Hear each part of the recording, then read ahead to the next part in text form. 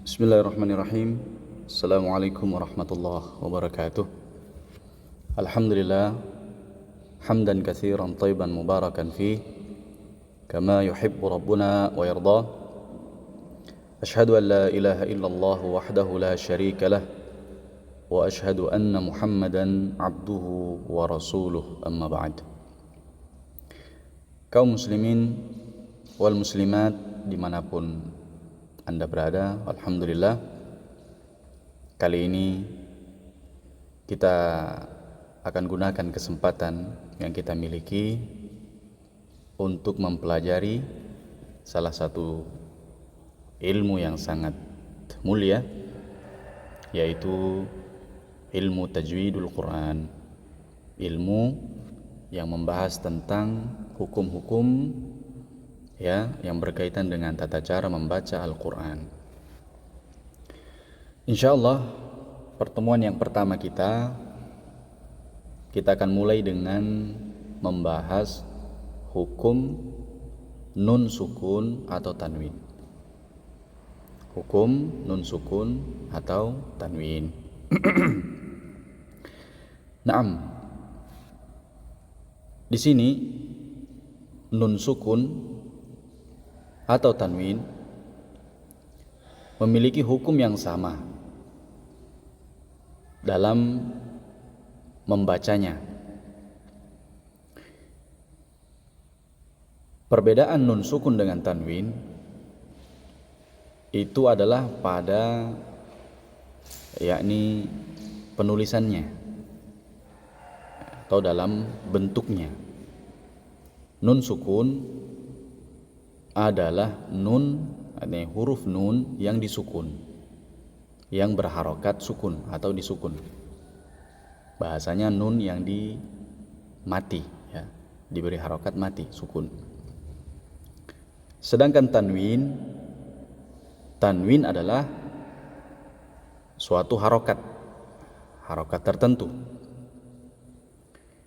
yang terdapat pada huruf-huruf hijaiyah.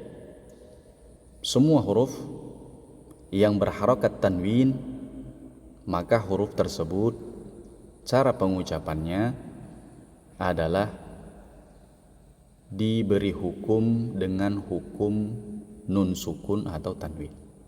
Ini hukumnya sama. Taib. Di sini hukum nun sukun atau tanwin itu ada 4 disebutkan. Hukum nun sukun dan tanwin ada 4. Nah, yang pertama adalah idhar. Yang kedua ikhfa. Yang ketiga iqlab, dan yang keempat adalah idgham.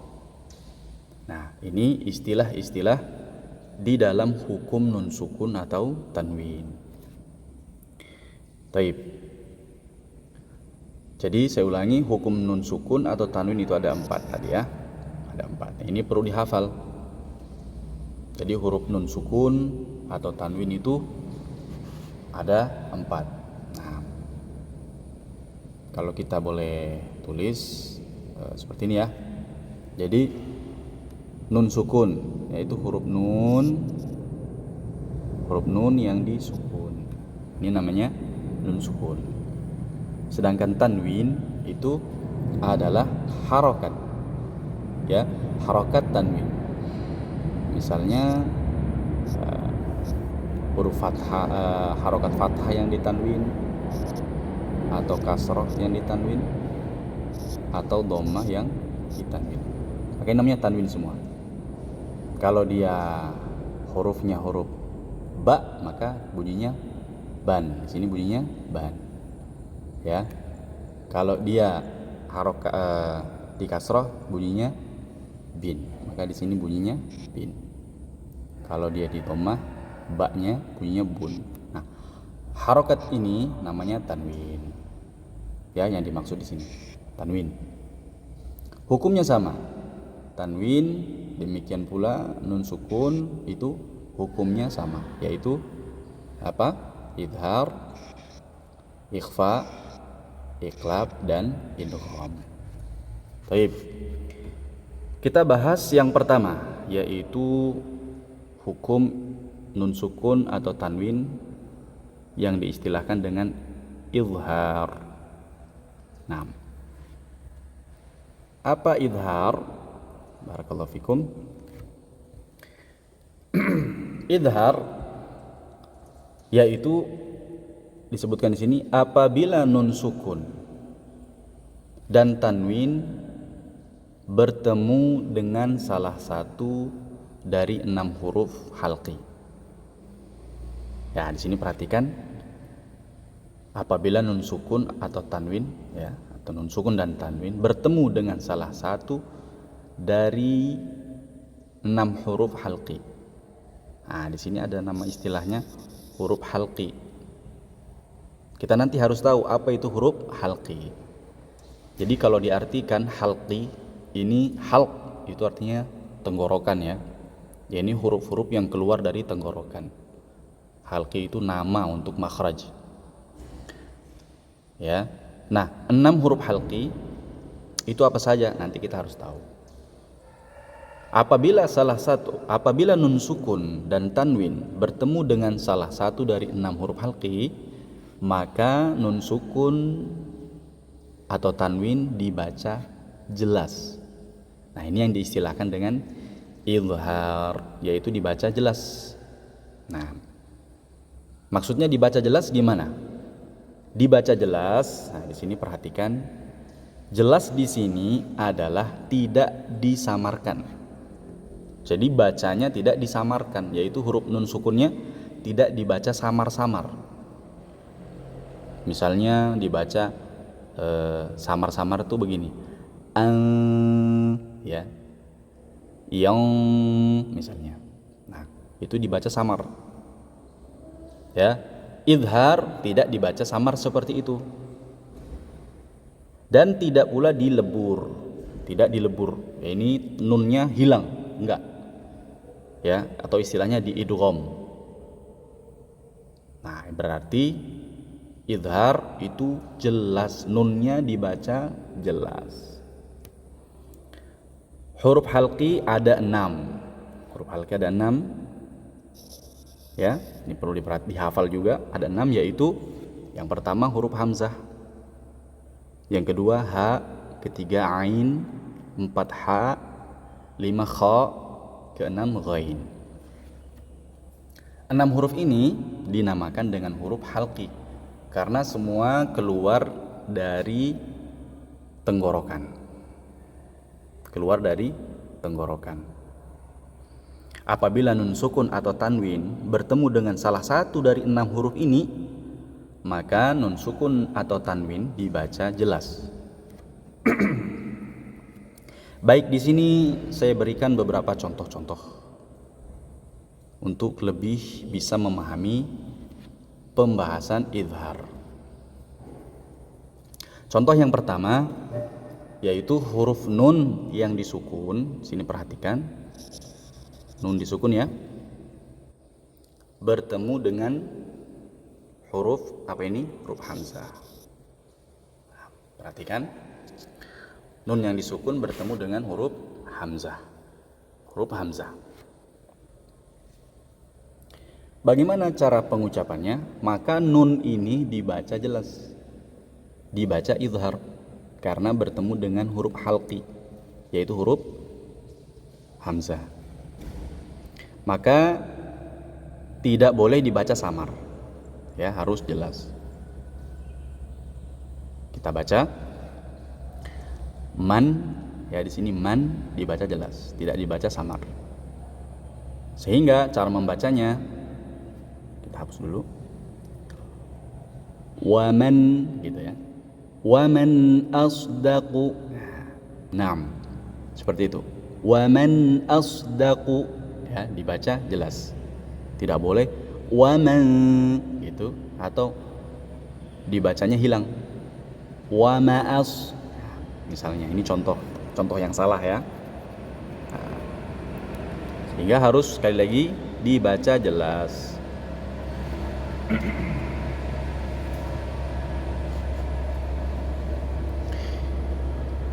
Kita ulang, waman asdaqu, gitu ya. Waman, jelas. Contoh yang kedua, di sini ada tanwin bertemu hamzah. Maka tanwinnya juga dibaca jelas.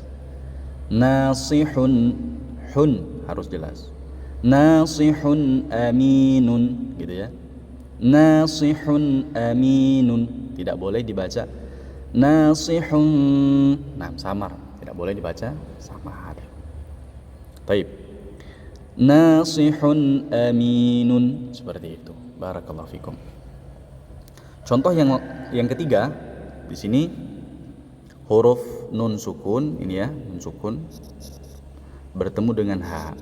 Ha juga tadi apa? Huruf halqi ya. Maka dibacanya jelas, minhu, minhu, tidak boleh minhu misalnya. Contoh di sini, liyastakhfu minhu, gitu ya. Liyastakhfu minhu. Nah, minhu jelas. Barakallahu fikum. Contoh lagi, tanwin, ini tanwinnya qan, fariqan, hada, maka bacanya fariqan hada, jelas. Fariqan hada. Nah, begitu. Sekali lagi, fariqan hada, gitu ya. Barakallahu fikum. Contoh selanjutnya, di sini ada tanwin bertemu ha. Aliman bertemu ha, jelas. Aliman ha, gitu ya, jelas. Aliman hakiman, jelas. Aliman hakiman, seperti itu. Juga di sini nun sukun bertemu ha, baca jelas. Min haitsu, jelas ya. Min haitsu, min haitsu. Nah, di sini lagi la zulmun azimun. Mun tanwin bertemu ain, ya kan? Huruf ain, huruf halqi. La zulmun azimun, dibaca jelas. La zulmun azimun, la zulmun azimun. Nah, seperti itu. Selanjutnya di sini ada nun sukun bertemu ain. An'am, ya, yang ini ya. An'amta, an'am, an, jelas. Jangan tapi jelas. An'amta, an'amta alaihim, gitu ya. An'amta alaihim.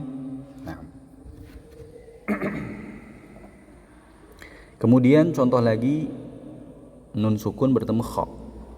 Nah, ini nun sukun bertemu kha, tidak boleh dibaca samar. Keliru ketika membacanya samar. Makha, makha, itu salah.